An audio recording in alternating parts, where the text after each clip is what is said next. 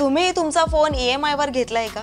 घेतला असेल तर वेळेवर त्याचे हफ्ते भरा, अन्यथा तुमचा फोन लॉक होऊ शकतो। NBFC अर्थात नॉन बँकिंग फायनान्शियल कंपनीकडून आयफोन किंवा इतर मोबाईल आणि इलेक्ट्रॉनिक्स गॅजेट्ससाठी कर्ज घेण्याचं प्रमाण वाढत चाललंय।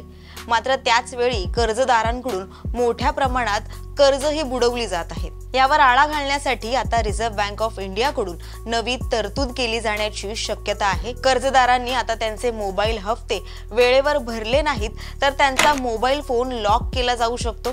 1 लाखांपर्यंतच्या कर्जांची लवकर परतफेड व्हावी यासाठी ही नवीन तरतूद केली जाण्याची शक्यता आहे आणि त्या संदर्भातील चर्चा सुद्धा आहे। या संदर्भात नेमकी काय चर्चा सुरू आहे हे या व्हिडिओच्या माध्यमातून आपण जाणून घेऊयात।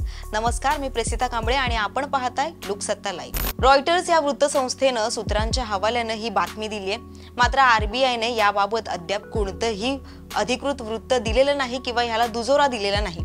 याआधीही EMI वर घेतलेल्या मोबाईलचे हफ्ते वेळेवर न फेडल्यानं फोन लॉक केला जात होता। यासाठी कर्जावर घेतलेल्या फोनमध्ये एक विशेष ॲप इन्स्टॉल केलं जात होतं। या ॲपच्या मदतीनं कर्ज देणारे फोन लॉक करत होते। मात्र मागच्या वर्षी RBIनं यावर बंदी घातली होती।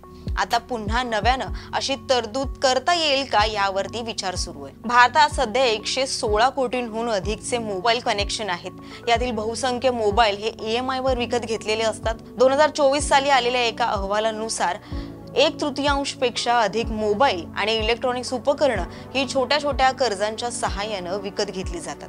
त्यामुळे कर्ज बुडव्या ग्राहकांची संख्या ही झपाट्याने वाढते। यामुळेच अशा कर्जांची परतफेड व्हावी म्हणून RBI बँक आणि बिगर बँकिंग वित्तीय कंपन्यांना फोन लॉक करण्याचा अधिकार देण्यावर विचार करत आहे, असं वृत्त रॉयटर्सने दिले। दरम्यान यामध्ये ग्राहकांची ही संमती घेतली जाणार आहे।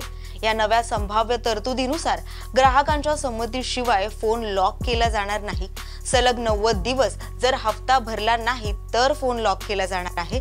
जर हा नियम लागू झाला तर नॉन बँकिंग फायनान्स कंपन्या जसं की Bajaj finance, DMI finance, Cholamandalam finance आणि इतर कंपन्यांना याचा फायदा होईल। त्याचबरोबर या कंपन्यांना कर्जाची वसुली करणं ही सोपं होणार आहे।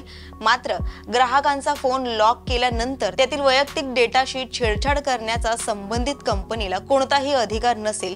शिवाय या कंपन्यांना कर्ज वसूल करता यावं आणि ग्राहकांचा वैयक्तिक डेटा ही सुरक्षित राहावा अशी तरतूद केली जाण्याची शक्यता वर्तवली जाते। त्यामुळे पुन्हा एकदा लक्षात घ्या की या संदर्भात सध्या फक्त चर्चा आहे आणि याबद्दल RBIने कोणतीही अधिकृत माहिती दिलेली नाही। त्यामुळे या संदर्भातील अधिकृत माहिती जेव्हा येईल तर त्याचे अपडेट्स आम्ही तुमच्यापर्यंत पोहोचवू। त्यासाठी लोकसत्ताच्या YouTube चॅनेलला सबस्क्राइब करा आणि पाहत राहा लोकसत्ता लाईव्ह।